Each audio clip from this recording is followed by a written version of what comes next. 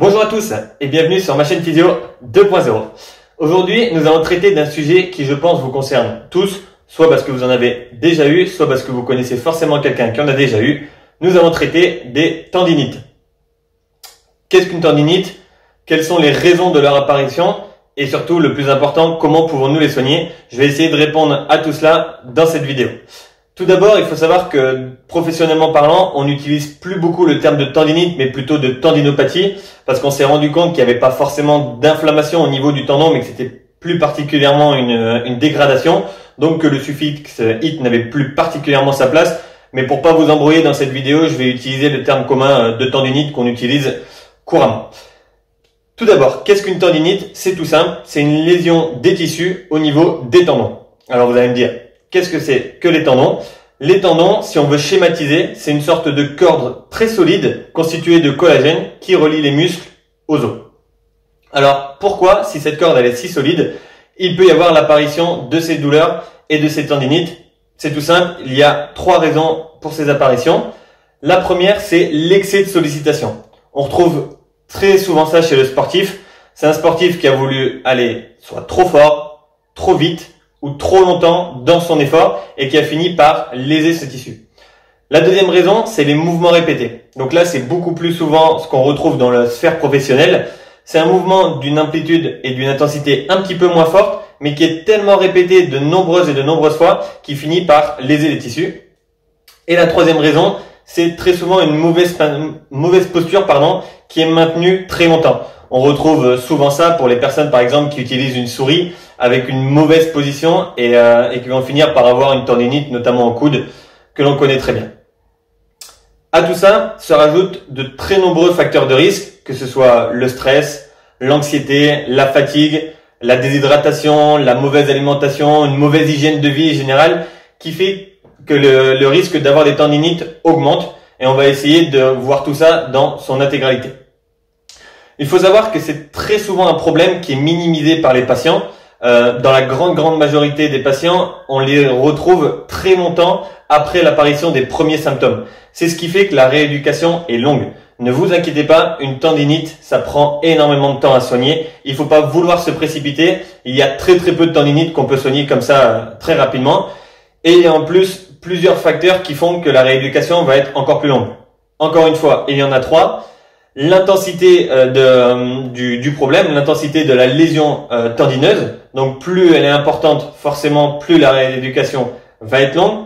La deuxième, c'est de savoir si oui ou non l'activité qui a créé le problème est supprimée ou en tout cas au moins diminuée dans la vie du patient. Et la troisième raison, c'est le temps et la durée entre l'apparition des premiers symptômes et le début de la rééducation. Ces trois facteurs-là font que la rééducation, elle peut très bien se passer en quelques semaines, mais ça peut parfois prendre même plusieurs mois. Il faut surtout pas s'en inquiéter. Alors, qu'est-ce qu'il faut faire pour soigner ces tendinites? Il y a un trio magique que vous devez forcément connaître et que vous avez tous déjà croisé. Le repos, la glace et le petit tube de Voltaren pour se masser. Eh bien, je suis vraiment désolé de vous le dire, mais ce trio magique-là ne suffira pas à supprimer les tendinites ou en tout cas à soigner au sens large du terme les tendinites. Pourquoi? Effectivement, ça va vous faire du bien. Le repos, le froid, le massage, tout cela c'est antalgique. Donc si vous le faites, évidemment, vous allez vous en sentir mieux. Mais nous, ce qu'on veut, c'est pas juste que vous ayez moins mal. On veut que vous puissiez reprendre votre activité sans l'apparition de la douleur.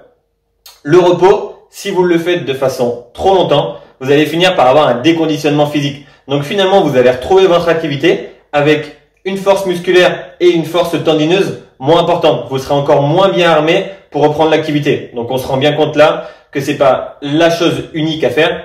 Et la deuxième chose, c'est qu'un repos trop important va amener peut amener ce qu'on appelle un nodule au niveau des tendons. Imaginez bien les fibres du tendon qui sont bien alignées. À force d'activité, elles finissent par avoir une dégénérescence, une dégradation. Quand il y a une cicatrisation due au repos, toutes les fibres se recollent un petit peu comme ça, mais de façon totalement anarchique. Imaginez ça comme vous avez un petit peu une gerçure à la commissure des lèvres.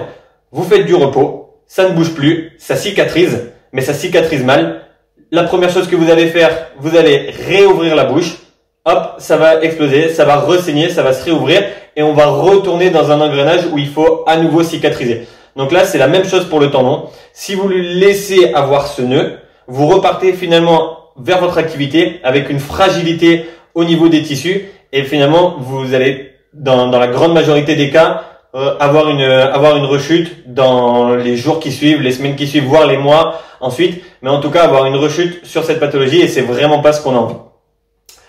Pour soigner cette tendinite, je vais vous l'imager un petit peu, comme j'ai l'habitude de le faire avec mes patients.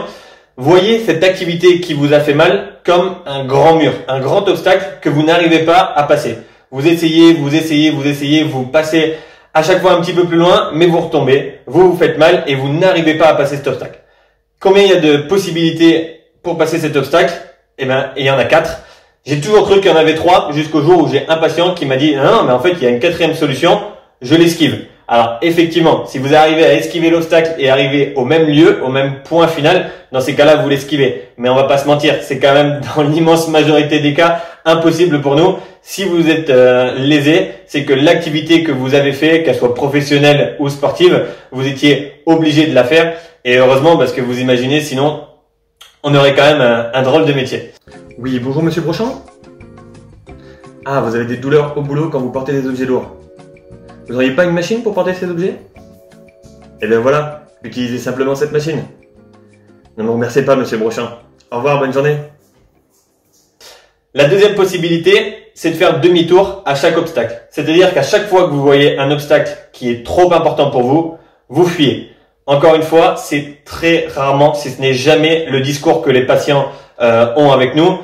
Encore une fois, heureusement, j'ai envie de dire, sinon ce serait vraiment pas le métier qu'on aimerait faire. Oui, bonjour Madame Raoult. Ah, vous avez des douleurs quand vous faites du vélo. Eh bien écoutez, arrêtez le vélo. Vous avez également des douleurs lorsque vous montez les escaliers. Eh bien écoutez, ne montez plus les escaliers, le problème sera réglé. Ne me remerciez pas Madame Raoult, je ne fais que mon métier. Au revoir, bonne journée. Et donc du coup, il va nous rester 2 solutions. Donc la troisième, c'est l'adaptation. L'adaptation, elle est très souvent au niveau matériel. C'est comme un sportif qui finalement veut aller dans une activité mais pas avec le bon matériel. On va l'aider à mieux se chausser. Par exemple, on peut l'aider à mieux s'installer sur son vélo, à mieux adapter son matériel. Bref, pareil dans le milieu professionnel, si c'est à cause d'une posture qui est maintenue trop longtemps et qu'une mauvaise posture, on va l'adapter et là on tend plus vers l'ergonomie. C'est un des plans dans lesquels il faut qu'on travaille également. Mais là aujourd'hui, c'est pas ce que je vais vous développer. Je vais vous développer la 4e solution. Et la 4e solution, n'en déplaise aux plus fainéants, c'est l'entraînement. Pourquoi l'entraînement? Eh ben, c'est tout bête. Il y a un obstacle, on n'arrive pas à le passer. Eh ben, on va s'entraîner pour réussir à le passer. C'est exactement pareil pour le tendon. Le tendon n'est pas capable d'encaisser ce que vous lui demandez. En tout cas, le stress que vous lui occasionnez est trop important. Eh ben, on va l'entraîner, le préparer, le solidifier pour qu'il soit capable de répondre à ce stress. On va utiliser un terme général que vous allez entendre très souvent dans mes vidéos, la quantification du stress mécanique. C'est hyper important. Qu'est-ce que ça veut dire? Ça veut dire qu'il faut repartir de l'activité douloureuse, en tout cas l'activité qui a fait mal, mais la retravailler progressivement, toujours sous la douleur. On va prendre un exemple tout bête. Par exemple, l'exemple d'une personne qui doit porter un objet là quotidiennement, tendre les bras et le donner. Je prends et je donne. Je prends et je donne. Elle le fait des dizaines et des dizaines et des dizaines de fois avec des charges dans les mains. Au bout d'un moment, tendinite au niveau du biceps. Là, c'est le cas parfait, le cas qu'on rencontre assez souvent. Alors, pas particulièrement le biceps, il y a tous les muscles. Là, je vous montre celui-là pour la vidéo. Comment on va faire pour quantifier le stress à ce niveau-là? Déjà, il faut voir qu'il y a 3 modes de contraction au niveau musculaire. Le mode concentrique. Donc là, c'est le muscle se contracte et se raccourcit. Le mode isométrique, c'est-à-dire le muscle se contracte mais il n'y a pas de mouvement. Et le mode excentrique, le muscle se contracte mais s'allonge. Par exemple, dans ce mouvement-là, on évalue très bien que la douleur, elle se fait sur de l'excentrique. On part d'un mouvement ici, bras collé au corps, et on arrive bras tendu. Le biceps part d'une flexion du coude à une extension. on a une surutilisation du biceps en mode excentrique, et ben on va le faire travailler dans ce mode excentrique de la façon la plus faible pour réaugmenter progressivement jusqu'à ce qu'il puisse réaliser cette activité-là de façon assez facile. Comment on peut faire augmenter et comme ça progresser le stress que l'on occasionne sur les tendons? Eh ben, la kiné, c'est simple, hein. Il y a 3 raisons d'avoir des tendinites. Il y a 3 raisons que la rééducation soit longue.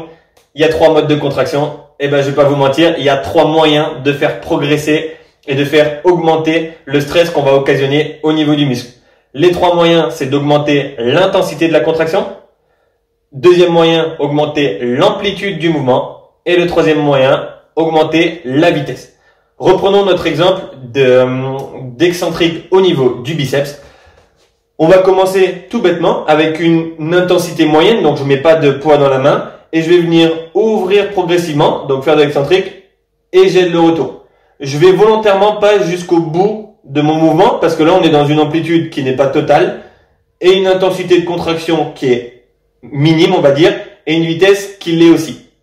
Comment je peux faire augmenter ça? Eh ben, je peux faire la même intensité, la même vitesse, mais cette fois-ci avec une amplitude de mouvement plus importante. Alors, je vais pas vous mentir, hein, la rééducation d'une tendinite, c'est très loin d'être fun. Il faut réentraîner, donc faire de la répétition et surtout avec des mouvements très précis. Voilà. Une fois qu'on en est à ça, on a travaillé une augmentation de notre amplitude, on va augmenter l'intensité de la contraction. Pour cela, quand on n'a pas de matériel, quand on est ici, on peut prendre des bouteilles d'eau. Privilégier les bouteilles d'eau en verre, hein. C'est meilleur pour l'écologie, pour la planète. Hop, on part de ce mouvement-là et toujours avec la même vitesse, hop, on vient partir sur l'extension. Voilà. Encore une fois, on le répète. Une fois que ça se passe bien et à nouveau qu'on ne sent pas de douleur, on passe sur une contraction qui est un petit peu plus importante. Cette fois-ci, la bouteille ne pèse plus 500 grammes mais 1,5 kg. Et pareil, on travaille l'extension et on remonte. À chaque fois, ce sera des protocoles à réaliser avec un nombre de répétitions et toujours avec une notion de progression. Il ne faut pas vouloir aller trop vite. C'est le gros problème numéro 1 des personnes qu'on soigne pour les tendinites. C'est très souvent de vouloir se précipiter. Et le dernier facteur, c'est la vitesse.